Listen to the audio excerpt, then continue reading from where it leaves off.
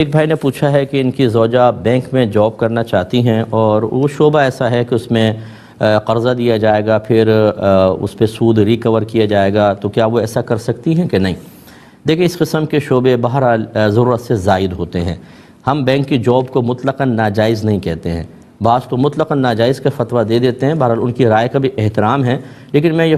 اکثر اس پر یہ عرض کرتا ہوں کہ آپ بینک کی جاب کو ناجائز کہہ کے سارا پیسہ اپنا بینک میں رکھواتے ہیں۔ بڑے بڑے شیوخ، علماء، تنظیمیں، ویلفیئرز کے اربوں خربوں روپے بینکوں کے اندر رکھیں، جس سے یہ سودی نظام چل رہا ہے، اس میں کوئی گرفت نہیں ہے، لیکن بینک کی جاب حرام ہے۔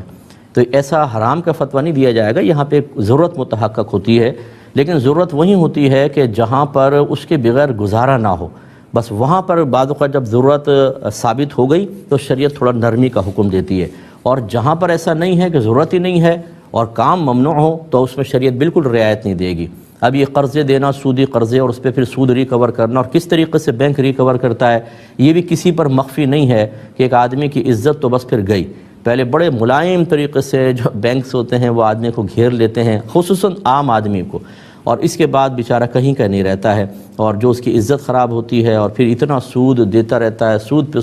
سود بنتا ہے۔ شریعت اس کو بالکل ناپسند کرتی ہے اور یہ ضرورت کے تحت نہیں آتا۔ اس سے اجتناب کریں، اپنی زوجہ کو پیار محبت سے سمجھائیے کہ اس شعبے میں کام بالکل بھی نہ کریں، بلکہ کوئی اور شعبہ دیکھ لیں، لیکن اس میں نہ کریں، اور یہ آپ پہ واجب ہے کہ آپ ان کو پیار سے، محبت سے، تھوڑی سی سختی سے سمجھائیں۔ اب اگر نہیں مانتی تو وبال ان پر ہے، لیکن آپ پہ فرض ہے، کیونکہ آپ شوہر ہیں، انہیں آپ کو سمجھانا ہوگا۔